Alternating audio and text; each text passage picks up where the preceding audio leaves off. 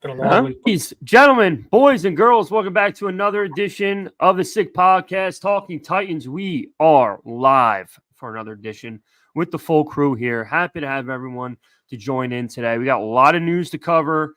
I don't think I've even given my 2 cents into Ridley signings. I wasn't here last show. We're going to cover it all. We got some defensive back news over the past few hours. It's going to be fun. Let's have a good old show. Shane, start me up.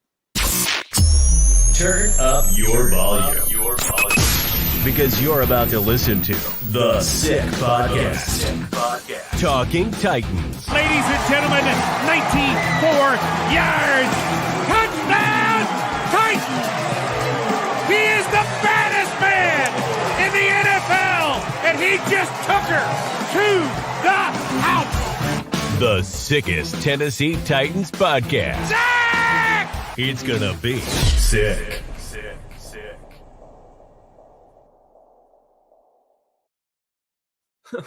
Welcome back, folks, to another edition of the Sick Podcast, Talking Titans. I'm joined, as always, by my two counterparts, Jarett and Vin. Fellas, how are we doing on this fabulous Tuesday? How are we doing? Doing good. Doing good. I'm happy. I'm happy all three of us are back again. That's always when we're at our best, when we are fully intact. Listen, over the past few hours, some things have transpired that have definitely piqued my attention. I don't know about you guys, but little birdie told me on the X platform that one of our defensive backs is starting to take some offers, starting to visit some organizations. I think he's on the West Coast today. I'm speaking, of course, of Christian Fulton, which, if you look at it, fellas, from a room that's already, leaves a lot to be desired. To lose him, although he's had some struggles when he's on the field, he's typically been okay. I don't know. It's going to be a tough pill to swallow, and it looks like we're not getting Snead. So what do you guys think we're going to do to, amplify our defensive back room? Because right now it's looking pretty mid, if you ask me. What do you think, Jarett? Well, a little birdie on that little app called X has told me, so I think I bookmarked it. So let me actually get it over here. Tre'Davious White is visiting the Rams today and scheduled to meet later on with the Titans and Giants. So if he happens to leave LA without a deal, I think that's a really good signing for us. Yeah, it's a really good signing for us because it's high risk, high risk, low reward if we sign to a 1-year deal worth whatever it is. He's Pro Bowl, obviously, cornerback. So if we go after him, and I wouldn't shut the door really on Snead, because rumor has it, I seen earlier this morning that Kansas City radio reported that the Titans made an offer for the 2025 third-round pick and a 4-year, $80 million deal for Snead. I don't know if it was the money that Snead didn't want. If the asking price was not that much that the Titans were giving to Kansas City and they wanted another pick or something like that. But the Titans are offering that, and they may throw another player possibly or another pick in there as it intensifies towards the draft. Who knows? But I wouldn't count us out on Snead just yet. Well, go ahead, Vin. No, as far as Christian Fulton, good riddance. I wouldn't bring him back for anything. No shot. Jarrett's been on him for a while. Then as this cornerback room and secondary room looks at the moment, I don't think that's a lateral move, in my opinion. You're really not doing much there. I wouldn't shut the door on Snead either, just for the sole fact he's still out there. And who's to say we can't be the team to pull the trigger? There's been rumors with Indianapolis, rumors with us. Kansas City might be reluctant to trade him if they don't get what they want. I'm not shutting the door on that. Tre'Davious White, I got to find the exact stat, but he has missed like 20-something games in the last few years. Jarett, I think right up our alley. Low risk, high reward. I think you meant to say there. Yes. I wouldn't. Yeah, it's not a high risk because he wouldn't be. No, he's right. It's high risk. It is high risk too. It's not really high risk if you get him for a few $1 million for a year. I get what you're saying, that it's a risk in the sense he hasn't stayed on the field. But it is slim pickings out there. You would have to assume in the second round, maybe cornerback could be on the draft board. We'll see. I don't know. It's a thin room at the moment, but I'm not shutting the door on Snead. And as far as Tre'Davious White, I wouldn't be mad at it if the number's right for a 1-year deal. Obviously, immensely talented when he's on the field. It's just that for the last 2 or 3 years, he really hasn't been, and that is something that I think we want to stray away from as a fan base, as an organization. We've been plagued with it the last few years, so Like I said, I would have to see the contract for me to be either excited or upset about it. But, wouldn't shut the door on Snead and probably not shutting the door on the second-round pick being, honestly, probably the best defensive player available. I'm starting to think that we are not going to go receiver in the second round, although we might. But before I keep on rolling and ranting, Sal, what were your thoughts when we signed Calvin Ridley? Because you weren't on last week. I couldn't be more thrilled. At first, I was a little shell-shocked because, like you kind of said, Vin, I didn't think we were really in the mix on him. I didn't really think that was a possibility. And then it turns out that realistically, he was their plan for a long time now. It was really Ridley from the start to get him. And then when the interview started and you saw how humble he is and you see what a hard worker is and you see the fact that the tread on the tires are relatively high still. You know, he took a couple years off. Every time he's been on the field, he's been productive. Played a full year last year, 17 games. You know, a decent offense, but nothing that screams like high powered. Jacksonville last year, he did the best of what he could do, especially with Kirk on the other side too. So I'm really, really excited. He seems like he really wants to be here. There's people that are saying like he wants to stay with Jacksonville, but didn't want to offer enough money. That's not the vibe I got in any of his interviews, especially the introductory press conference. He basically clowned them and said like, I got treated like a fucking kid and I don't want to do that no more. But regardless, I think it was just Jag fans in their feels, but regardless, he's a number one. Like there's no way around that. He is a true number one receiver. I think he's one of the more underrated receivers in the league. He can stop on a dime. He can start on a dime. His route running is maybe second to none next to a guy like DeAndre Hopkins, who ironically we also have, which is great. I'm stoked, man. I'm really, really stoked. He's a big body, and I'm happy. I'm very, very happy. Put him next to fucking Hopkins, and then who knows who else. I like the authenticity of that interview.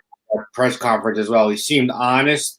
He did say at first, I wanted to stay in Jacksonville, and I'm sure he did. He's from Florida.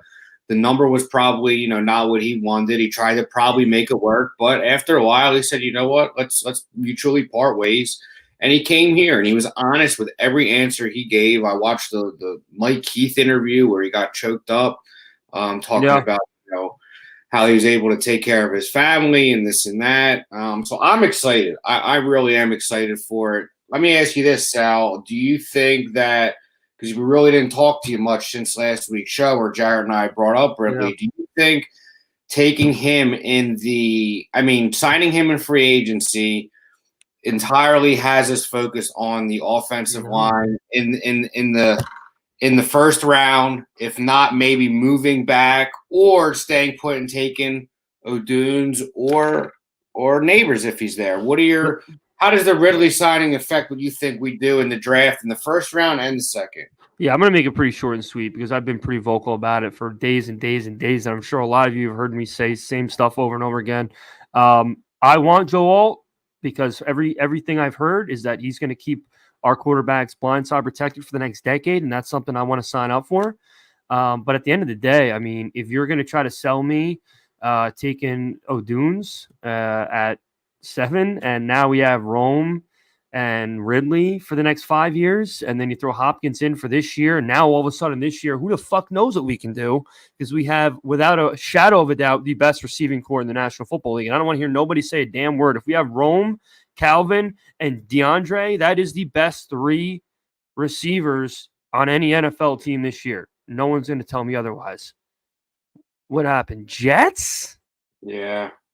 Wait, I thought he was already scooped up. For $15 million. Oh, get the fuck. You can have him. You can have him. Yeah, no. Oh, we don't need him now. We don't need him. I mean, Ridley is I think better than Mike Williams. Honestly, I'm not being biased. Yeah.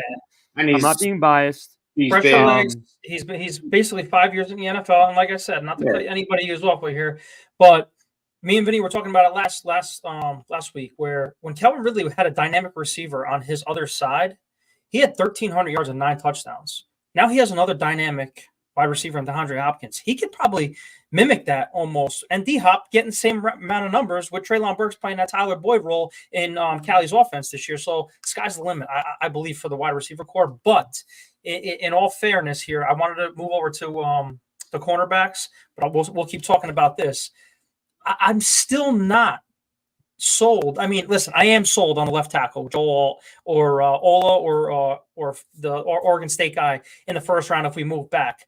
But listen, we still have that glaring need with the third round overall pick. Ran, guys, if you're all listening, Ran is not going the second day with one pick in the second round. He's not doing it. It's a loaded draft class. You need draft capital in this class if you're going to start rebuilding your team. Especially now we have no DBs. If the Vikings, if the Raiders, if the Broncos, any one of those teams want to jump up to try to get in front of somebody and they want that person, the Titans are going to have that ability to move back a couple of spots. I'm not talking moving back to 19 and 20 because that's going to hurt us. Well, here's the bottom line.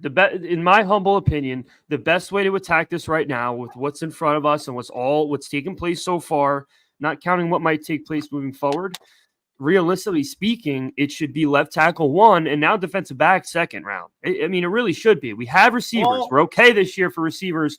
We can do whatever the hell we want for receivers in free agency draft next year. We have a pretty shit defensive back room right now because Fulton's gone.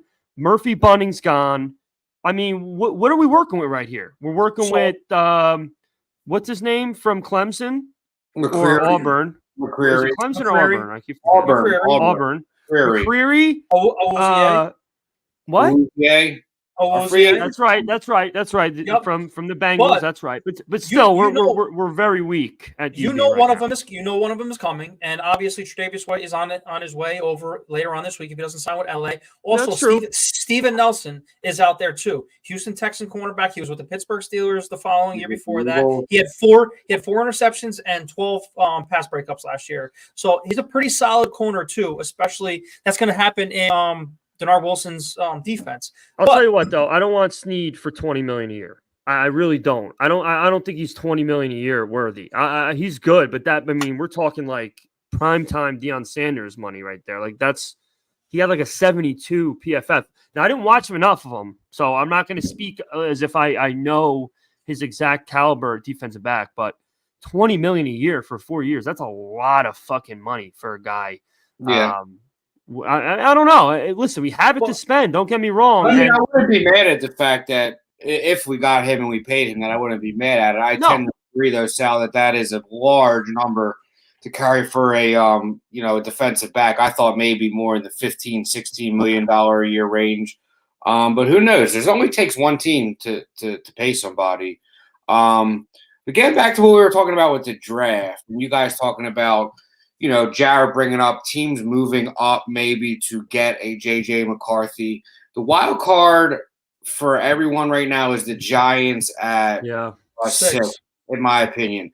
So if a team's going to trade up, whether it's the Raiders, whether it's the Vikings, I don't think they're going to trade up to 7 and risk J.J. McCarthy, whoever they might want, not being there because the Giants are picking ahead of us. I think if a team's going to trade up, it's going to be with the Chargers at 5 to either get either Minnesota going up there, either Oakland going up there. Minnesota has 2 picks, which in my opinion would be a fair trade for one of us to trade back one of the teams in the 5, 6, 7 position to get 11 to get 23. I just don't see us being the team that GMs are calling to trade up with because we're at 7. The spot to be at is probably 5 because the Giants are at 6.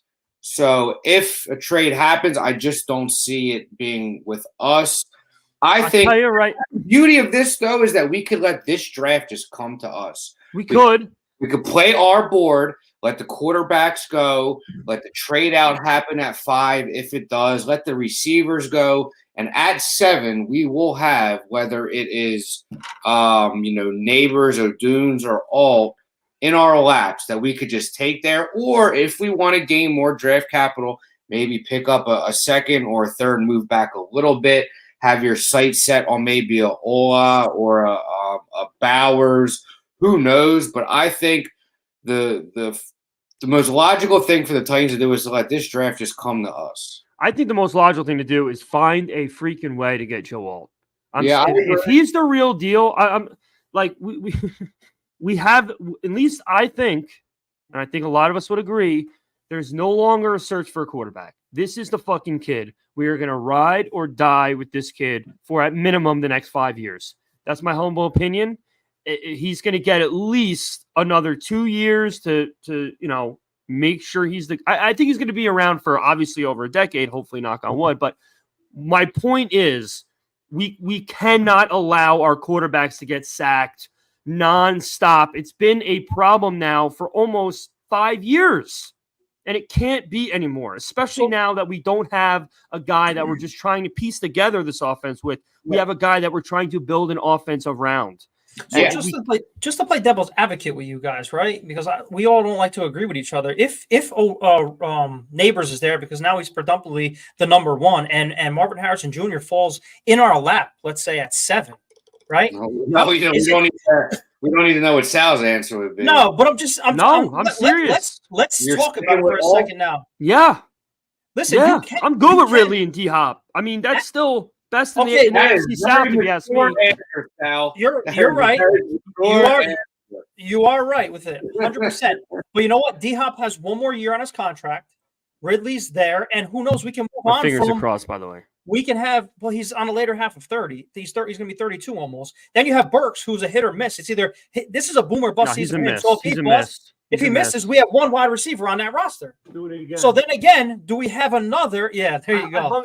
I hung it back up, and I don't know why I fucking hung it back up. So that's what I'm saying. So do we have the greatest offensive line coach in the history on our team? Oh, wait. Jarett, time. Do we? I love Mr. Callahan to death, but I don't know if he's the greatest offensive line coach of all time. I've talked to a lot of people, especially pretty good. He's pretty damn good. Pretty damn good. Ryan Boldinger is highly rated. I love Baldy. So he said we have the best creator at the offensive line coach. So if we take that chance, not even a chance, this draft is loaded. So if we get Patrick Paul out of Houston in the 2nd round, who's supposedly one of the best tackles in this draft too, you're not just hearing about it because he's from Houston. And we go after a Neighbors or Marvin Harrison Jr. Still, to me, that's a win. I'm going to be hyped. Don't get me wrong. If it happens, here's mine. I would be hyped too. Don't get me wrong. But I tweeted about it earlier, and we have been historically bad at the left tackle position. Historically bad at the left tackle position. We should be kissing the football god's feet if Joe Alt falls into our lap at 7. Everyone wants to talk about how good of a coach Callahan is. Everyone wants to say how good Alt is. You put those two together, his ceiling could be potential Hall of Fame. It's a bold statement, but this kid is as sure thing as it gets. Tehran has said that he is the most NFL-ready player in this draft. You build a football team with 3 steps to start with. You find a quarterback, you protect your quarterback. My bad, I mean to give the finger to nobody. And then you attack the opposing team's quarterback. You found your quarterback. Now protect him. You have your left guard in Skoronski you got last year. You can get Joe Alt to pair up with one of the best, arguably one of the best offensive line coaches at all time. He could be, like Sal says, a decade player, all pro. That seems to be his floor. His ceiling could be Joe Thomas, Jonathan Ogden. I'm not saying that this kid from Houston is a slouch or anything like that, but what's his ceiling? Can Callahan coach him into a All-Pro Hall of Fame player? I think that's yet to be seen. Whereas with Joe Alt, you know what you are getting. Why risk it? Why risk fucking it up? We have been in a situation for years now. Right. It's fallen in our lap. If he is there, unless you are getting a king's ransom where you are picking up multiple first in this year, next year, a second, a third. Not for 7. You know what I mean. I mean, like all of the above. You need multiple picks in the first 3 rounds for you to get off that Joe Alt pick, in my opinion, if he is there. If they got Neighbors, if they got Marvin Harrison Jr., so be it. Then we better hope that whoever we take in the 2nd round, which, by the way, we don't know if that kid's going to be there in the 2nd round, or you don't know if that kid from Oklahoma is going to be there in the 2nd round. You just don't know. To me, why risk it? You have your 3 receivers this year. I think they're going to make the best out of Treylon Burks in that Tyler Boyd position. So. You have D-Hop, you have Ridley, you have Burks. Chick came on at the end of last year. T. Higgins will be a free agent next year. There's going to be receivers you can get next year in the draft. Ridley's going to be here for the foreseeable future. D-Hop doesn't look like he's slowed down a little bit. Maybe you extend him. In my opinion, the receiver position, it's not completely solidified, but we feel good about it now to the point where you don't need to go receiver in the first round. Go with Joe Alt if he's there. Please, God. I'll say it once. I'll say it again, and then Jarrett, you'll have the floor. If you trust your scouting department, if you trust your general manager, if you trust your head coach, etc., then you really are not going to be able to miss in this draft, because what's going to happen is you're either going to get to trade back, hopefully not really much further than like 15, 16. I don't care how fucking good our scouting department is. This team has a lot of issues they need to fix. I don't want to trade down into the bottom half of the round. I don't. So that being said, I'd like to stay at 7, and you take the best freaking player available at that spot. And now that the more I think about it, you guys brought it up, with Callahan's dad here as offensive line coach, who all signs point to him being as good as it's going to get for us over the past 10 years of what we dealt with offensive line coaches, then yeah, maybe you can get somebody in the second round at left tackle that is, if nothing else, going to be a guy you can trust for the next 4 or 5 years, something we haven't really even had to begin with, let alone a generational, decade-long guy. So if we can get another Taylor Lewan in the second round, then fuck it. Go for it. Take O'Dunes at 7.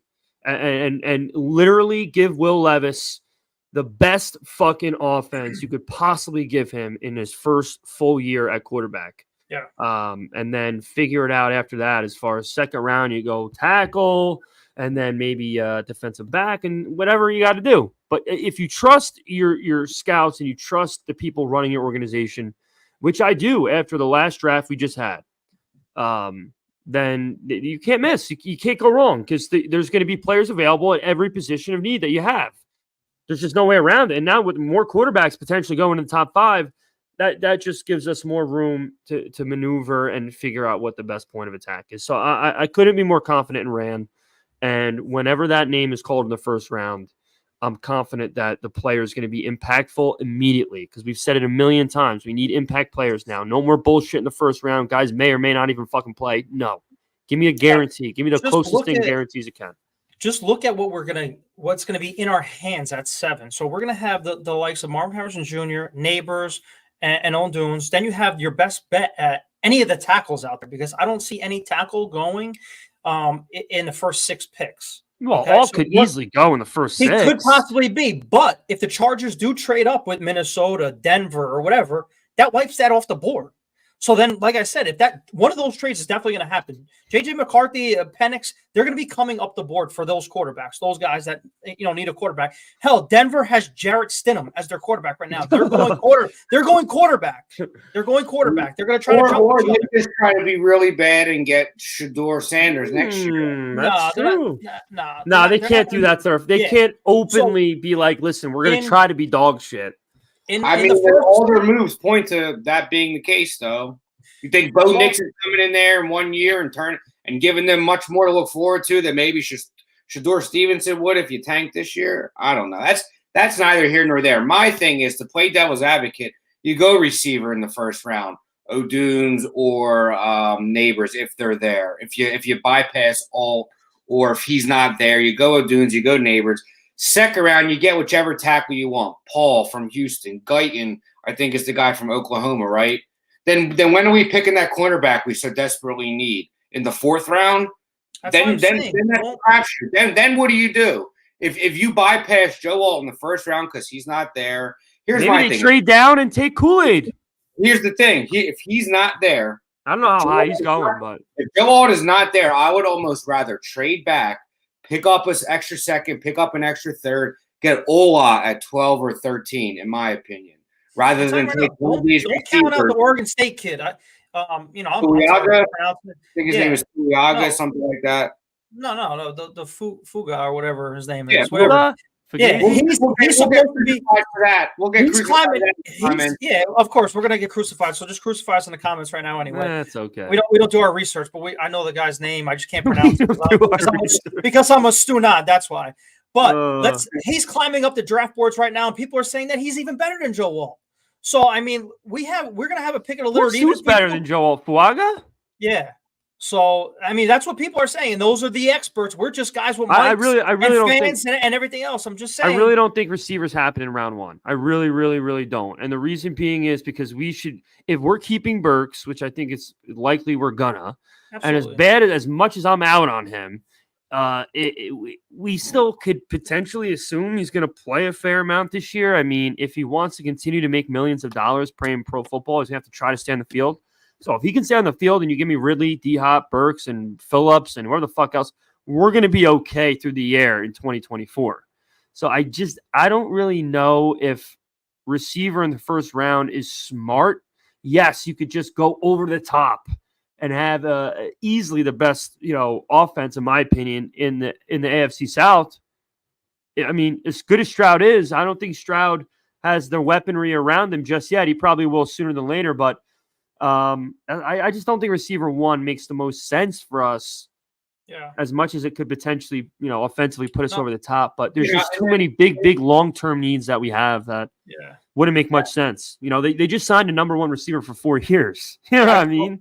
You had Callahan say, Jarett and I were talking about it not too long ago because we were going back and forth with the alt thing, where Callahan said that at the combine or wherever he was, the interview, I value all positions, but the ones that score touchdowns, especially, I value them a little more. Okay, fine. You know what he did after he said that?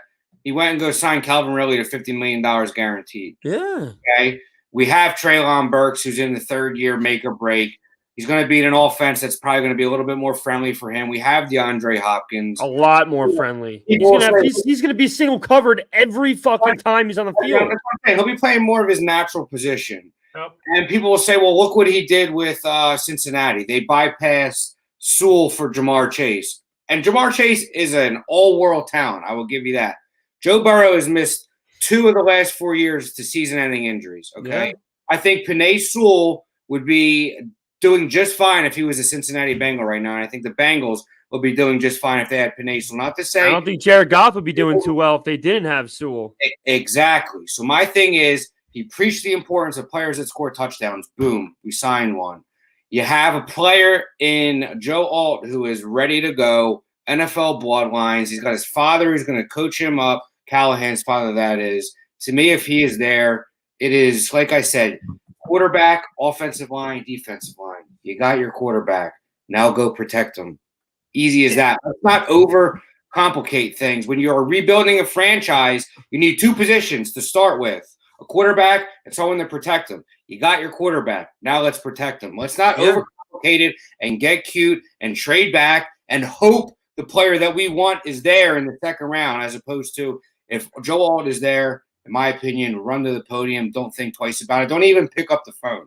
Yeah. So when I got asked to do the mock for us, and Shane, if you want to throw that up, the first 3 picks here. And I got crucified it because, what are you, an idiot? There's no wide receiver. We need a wide receiver. Here I am saying that if we do trade back, we're going wide receiver, if we whatever. But obviously, crucify me, chat, because I don't know a fucking single person on here besides Joe Alt. So crucify me too. So if we stick to the no trades like I did with this mock draft right here, again, I have another mock draft coming out with trades. But if we go Joe Alt here, that defies a glaring need right there. Obviously, we signed Sebastian Joseph Day today, who's a defensive tackle. He had a career high last year with 11 pressures and 3 sacks with the Chargers. That's going to help out a little bit. But I think if we get Sweat in the second round here, we're cooking with fire right here. Obviously, Jackson out of Oregon, one of the most underrated cornerbacks that's been talked about in the draft right now. 41.6 passer rating when targeted last year. He had 3 interceptions and a PFF grade of 80.5 last year. So, I mean, he was a baller. I watched a couple of the Oregon games late last year, and Oregon was in the top 10, so they were always on TV as well. I always saw number 5 attacking the ball. So that's why I had him as well. And everyone, talking about my biasism with Jaheim Bell. Versatile tight end. If we can't get Brock Bowers at 1 and we don't trade back, that's why I loved Bell there in the with the value in the 4th round. So just going right there, if we're not going wide receiver and we can't get anything in the 3rd round, I do believe we will go wide receiver if we acquire a 3rd round pick. But with no 3rd round pick, that's how I valued this draft so far. Yeah, and listen, but we need defensive line, man. Yeah, man. Anyone that's crucifying you for taking D-line in the second round, they don't know a whole lot about this football team. We are weak as fuck up front on defensive line. We just signed Sebastian Joseph Day. That's not enough, guys. We lost Autry. He used 12 sacks last year. We also don't have an inside linebacker either. That's two glaring needs. Now that you're adding another cornerback, now we don't have another cornerback. Okay, we have unproven guys back there. We need a Tre'Davious White. We need somebody else. Jackson fills that need right there. And then obviously the offensive line. So I mean, right then and there, boom, boom, boom. I mean, we solidified a lot in my I'm fine with this. I don't know anybody outside of Alt, but D-line we need, cornerback we need, tight end in the fourth. I don't know about that, but running back. Dylan Johnson, man, 20 plus touchdowns for Washington. I got crucified. I got crucified with the 182 pick. Everyone said go wide receiver at that spot in that draft that I did. The value wasn't there. Johnson's sitting there. Do you want Johnson, who produced 20 touchdowns last year in college, and was one of the best running backs? Where we can't play. When is he going to play? Well, he could sit there. He could sit there behind. You want him for Julius people that are just going to sit here? We can't. It's value. Just like he did in San Francisco. He brought all these Jeff Wilsons and Raheem Mostert. We have enough running backs. We have two. Pollard and Spears. They're going to be here hopefully for the next 4 years. I don't know why we would need another running back right now. Doesn't hurt. It doesn't hurt, but I think linebacker should be above running back for sure. Our linebacking core is okay, not great. I wouldn't even say okay. No, it's not even really okay, honestly. But the first three, absolute need. Tight end 4, I would just respectfully say, I don't know if we should go tight end 4. But linebacker, absolutely. Another D-line, hell yeah. I mean, that ain't too shabby at all. But I don't know. We'll see. I love Pollard and Spears. I personally think there's not going to be enough plays for the two of them. I think both of them are going to deserve more carries than they're going to get this year. So, of course. We'll see. It would be a good problem to have. Obviously, the more talent, the better at any position. But I'm telling you, man, we need some cornerback help, like bad. I like this Bengal kid, but outside of him, I mean, McCreary was decent this rookie year, but I'm not hanging my hat on him this coming year. Second year last year, he wasn't a rookie last year. That's right. Second year. Regardless, I mean, nothing jumped off the pages first 2 years where I'm going to be like, all right, I'm fine with him being a number 2. I think he's got some promise, in my opinion. He's graded as one of a good one too. So yeah, he's good. Yeah, I mean, my opinion, as long as you get Alt at 7 and then in the second round get the best defensive player there, whether it's a defensive lineman or cornerback, I'm fine with that. Once you get into we don't have a third round pick. Once you get into the fourth round, I think it's more or less addressing, like Jarett said, value. Great point with bringing up how San Fran just kind of rotated backs in there for a while, and they all seem to have success because of the system. So we'll see, but I think most importantly, you have to hit on those first 2 picks, in my opinion.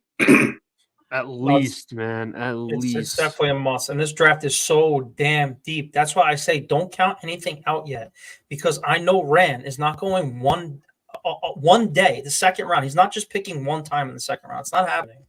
So that trade, guys, we have $44 million left over. Do you really believe that there's going to be another splash signing?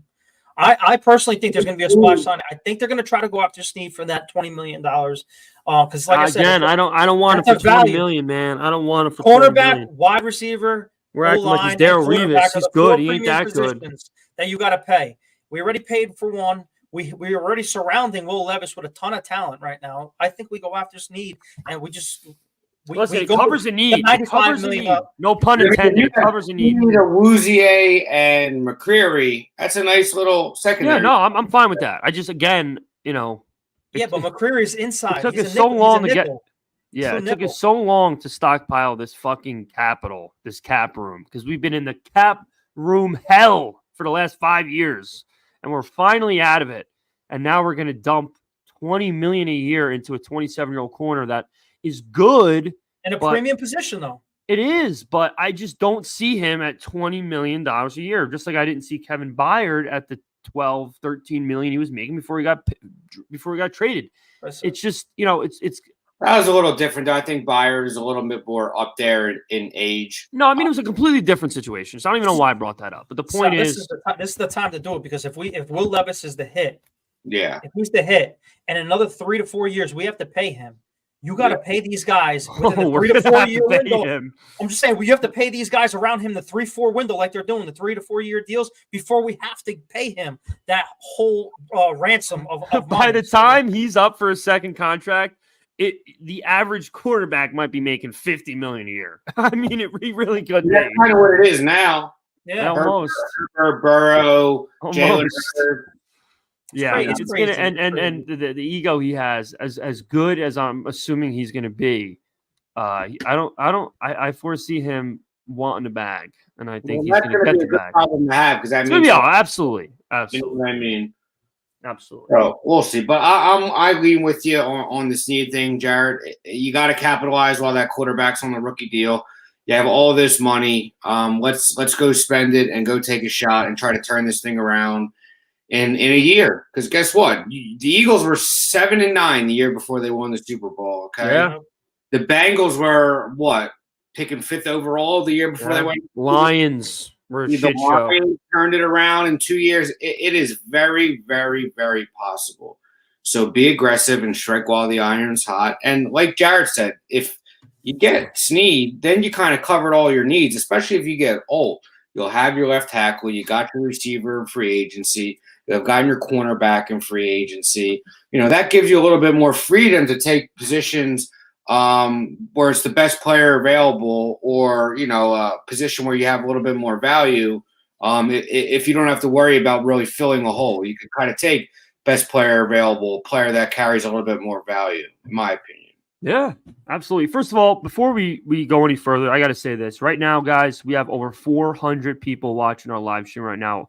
That's absolutely amazing. We appreciate it more than any of you guys know. If you're watching on YouTube and you're not subscribed, please hit that subscribe button. Obviously, the more subscribers we have, the more credibility we're going to be able to get, and we're going to be able to build and build and build. And that's what we're trying to do. We take a lot of pride in this podcast that we do each week. So if you're not subscribing, please do. Feel free to comment, like, share the show, all that.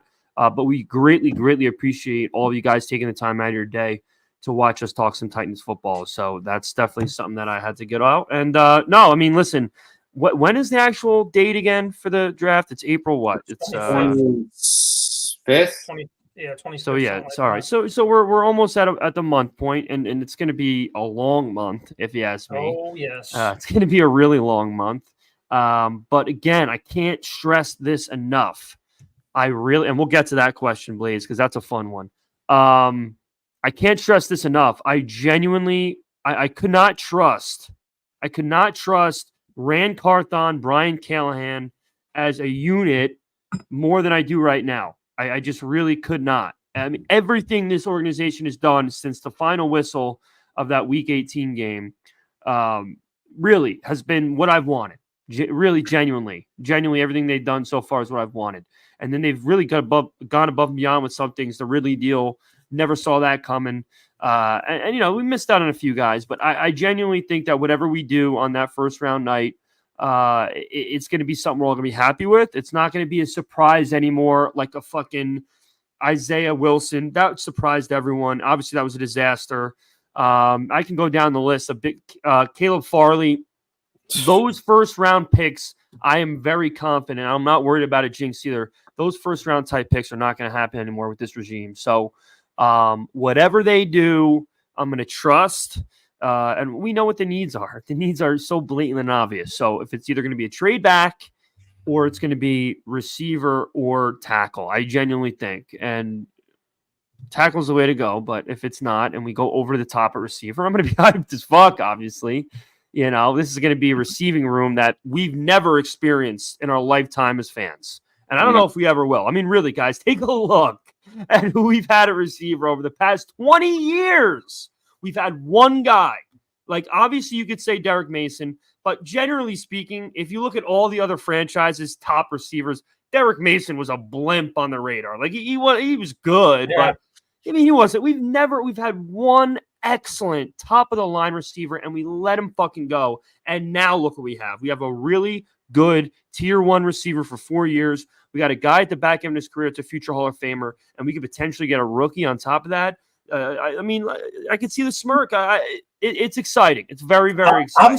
I'm smirking for something else because I love getting I love getting crucified on every time I even say this guy's and player's Jarrett name. Christ, we're gonna start calling you. Yes.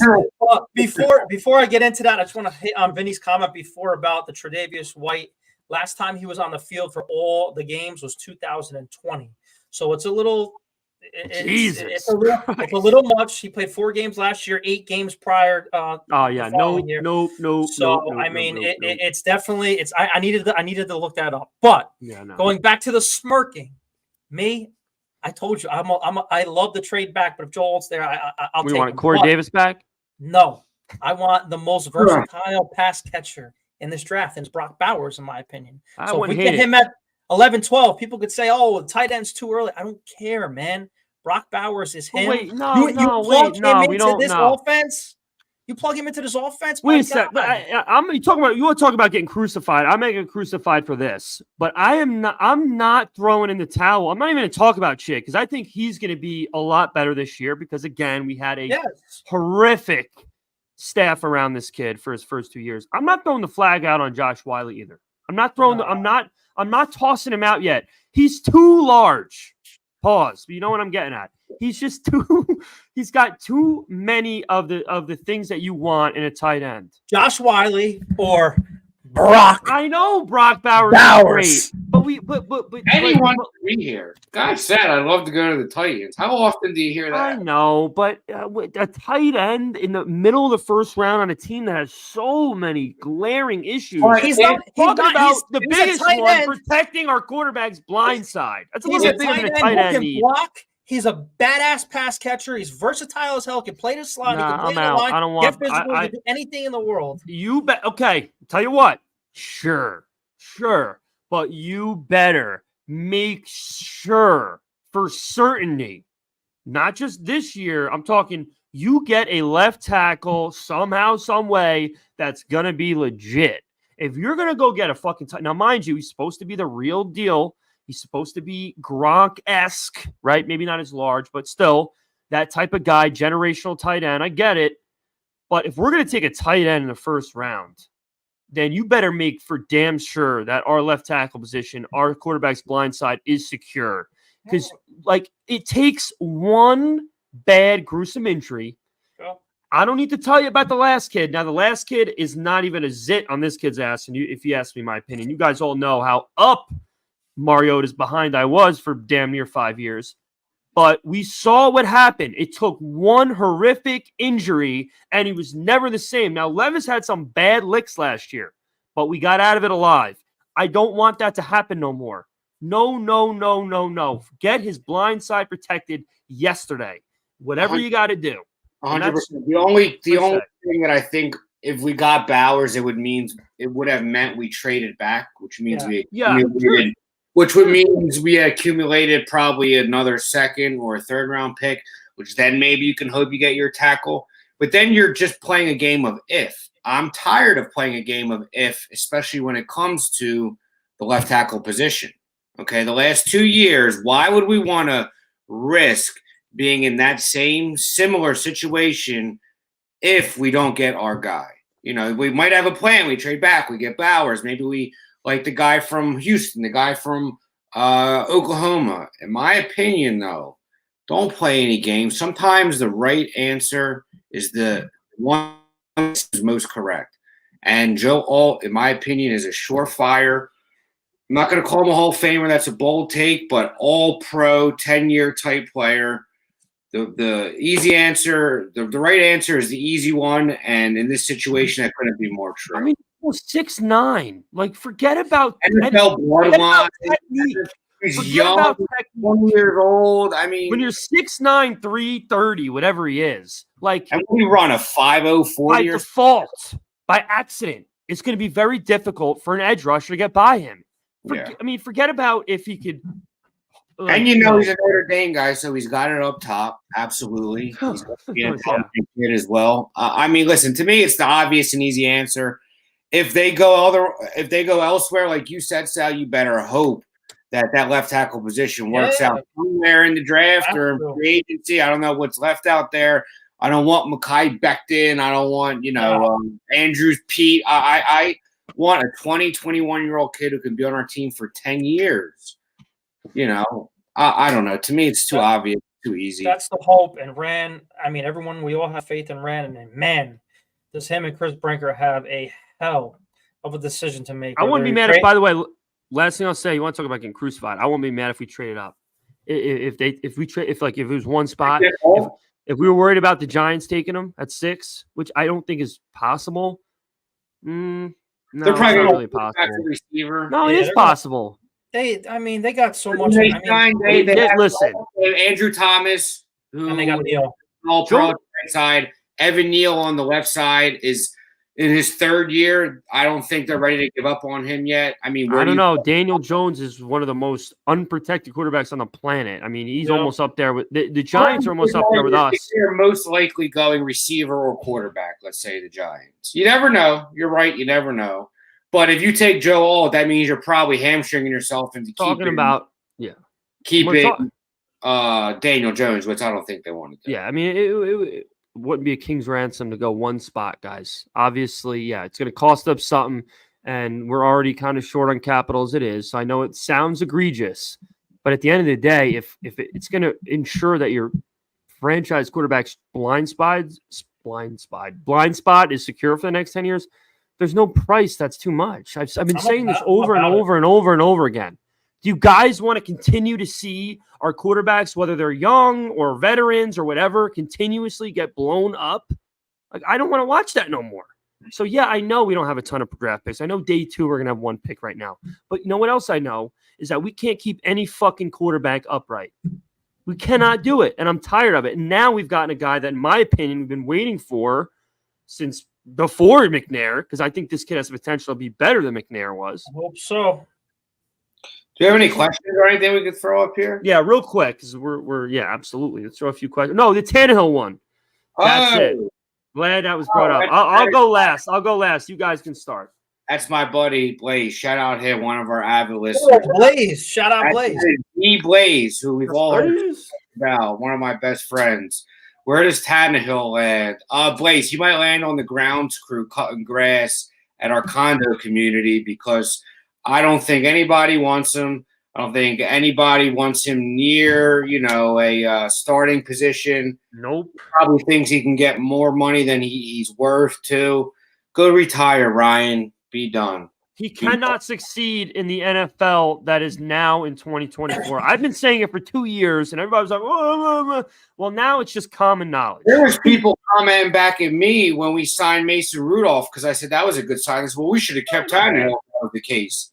Younger, cheaper deal. There's two nods. Younger, cheaper deal with the quarterback who came in more recently and won a little bit more than Ryan Tannehill did, actually, because Mason Rudolph was pretty competent when he came in last year. So just to answer, as far away from me as possible. So, Blaze, since Vinny's not going to answer your question and give a team, I will answer, and I will give a team before Sal does. I believe he does land with the Denver Broncos just because of the fact of if they don't move up in the draft and they can't get anything, or if they want to try to get a Bo Nix, if they want to try to get a Penix in the first round, Tannehill's there. As a veteran, if he can start for a couple games to get Penix or Bo Nix ready, I think he lands there. Yeah, I don't think he's going anywhere. That's my honest opinion. I don't think there's any team that would have any interest in him unless they're just genuinely, like the Broncos might do, just try to tank. He's what is he now? 34? 35. He has no mobility. His accuracy is there's nothing there that says, all right, let's go sign Ryan Tannehill. At least with Kirk Cousins, he got some stats to back it up of why this guy maybe deserves another shot, another team, right? At least with, Justin Fields, Kenny Pickett, these are young players that even though they didn't do great their first year, or Fields is a different story, but they've got some upside. Ryan Tannehill has no upside. I don't understand why anyone thinks he's like Kirk Cousins is like the worst quarterback that deserved another shot. Like, that was a veteran, even as a backup. Like, anything below Kirk Cousins shouldn't be in the league anymore. Tannehill is worse than Kirk Cousins. So I don't, Not even close. It's pretty close. Kirk Cousins is pretty. I mean, he's no. Kirk Cousins is, in my opinion, worlds better than Ryan. I wouldn't say worlds. I wouldn't say. Worlds. I'd much rather have him than Ryan Tannehill at this point in their career, especially. If my life depended on either of them, I would not feel confident. I'm done talking about Ryan Tannehill. Next question. Yeah, that was fun, but what else? That was a funny one. Who gets more stoned, Mike McDaniels or Mahomes' dad? That's a good one. Very good one, Brendan. I'd have to go Mahomes' dad, though, based on some of the news that's broke recently. Sober. Cousins is the best regular season quarterback of all time. That's false. Peyton Manning is, and that's not even a question. Maybe of the past 5 years. I don't even think. I mean, he has the greatest receiver of all time. Maybe that could have had a lot to do with it. Which I think Jefferson will be when it's said and done. Let's take some legit questions real quick before we sign off.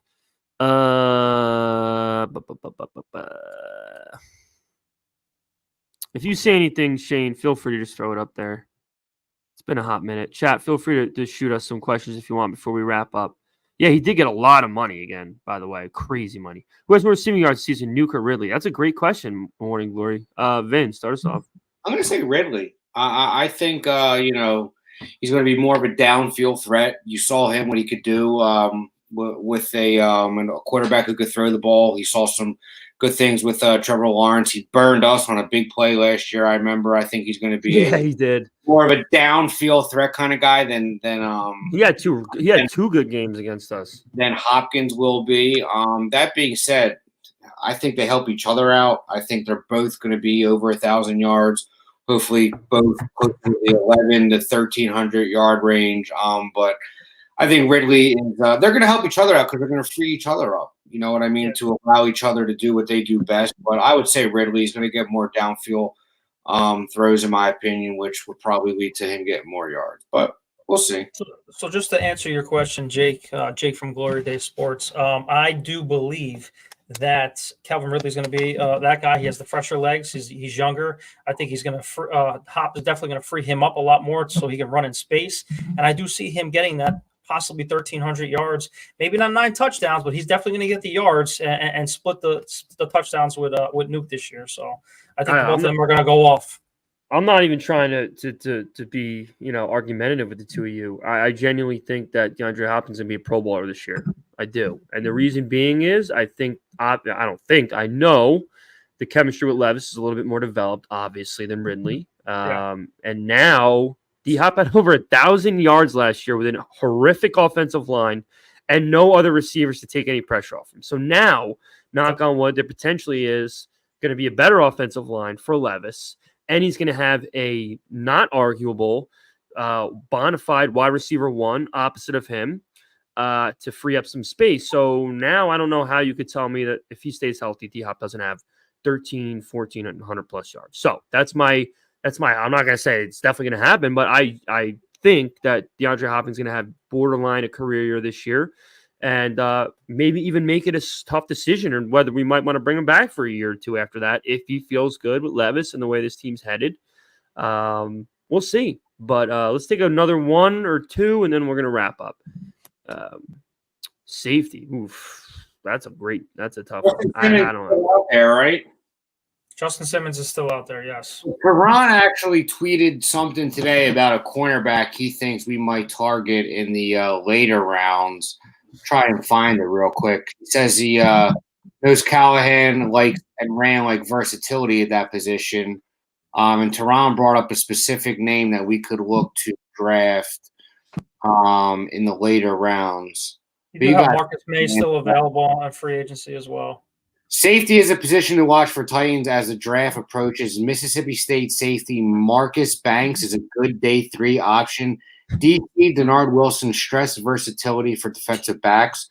Banks has lined up at both safety spots, nickel, and early on in his career as an outside cornerback at Alabama. That is from Titans inside reporter Teron Davenport tweeted that about an hour or so ago. So I don't know much about the the defensive back group in this draft outside of the big names, but I guess we can look for someone named Marcus Banks out of Mississippi State on day 3. You also have that option in the second round too. Tyler Newman out of Minnesota. He's a safety, had 5 interceptions last year too. He's a ball hawk. So, I mean, you do have that option as well. Marcus May's still there. Justin Simmons is still there, but who knows?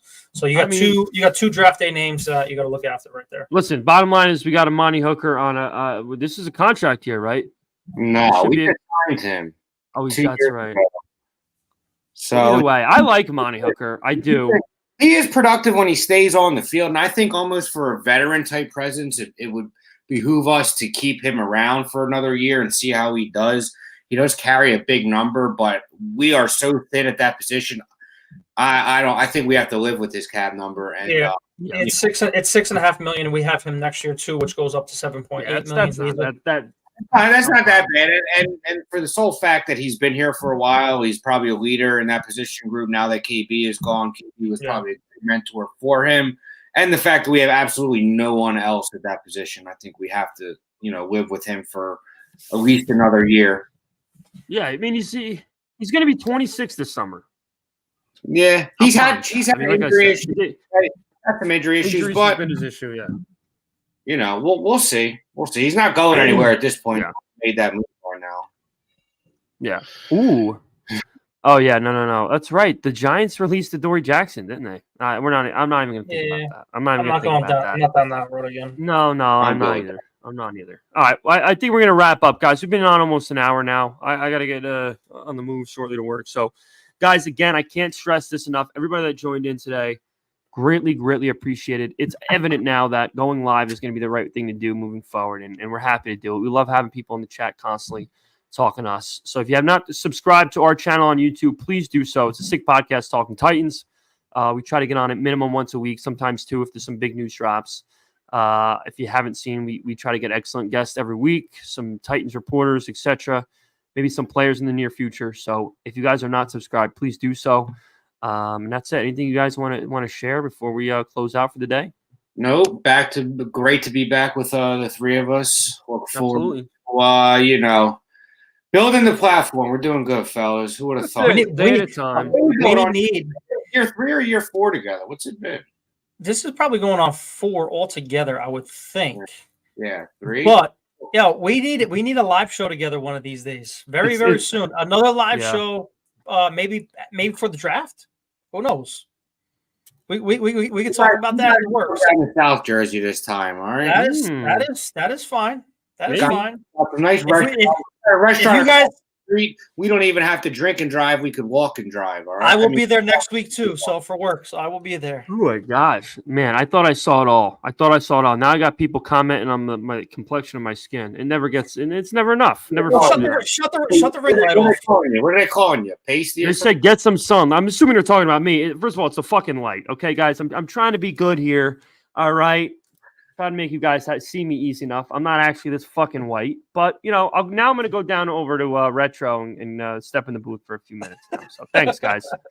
All right. Complexion alone. This guy's going to come out like Larry the Lobster. Yeah. I'm going to look Cuban when I get out of there. I'm going to look like Sammy Sosa right now. All right, guys. I think that's it. By the way, did you guys see that when they asked Sammy Sosa the question? The guy's like, well, I didn't expect to ask me that. That was great. Oh, that's great. All right, guys. Hope you have a phenomenal rest of your week. Start time. I'm glad we're done now. Hope you guys have a wonderful rest of your week. We'll see you on the flip. Shane, you know the deal. Send us out. Tighten up. And that's a wrap. Hope you don't miss us too much until next time. Follow the Sick Podcast Talking Titans on YouTube, Instagram, Facebook, Google Play, and Apple Podcasts.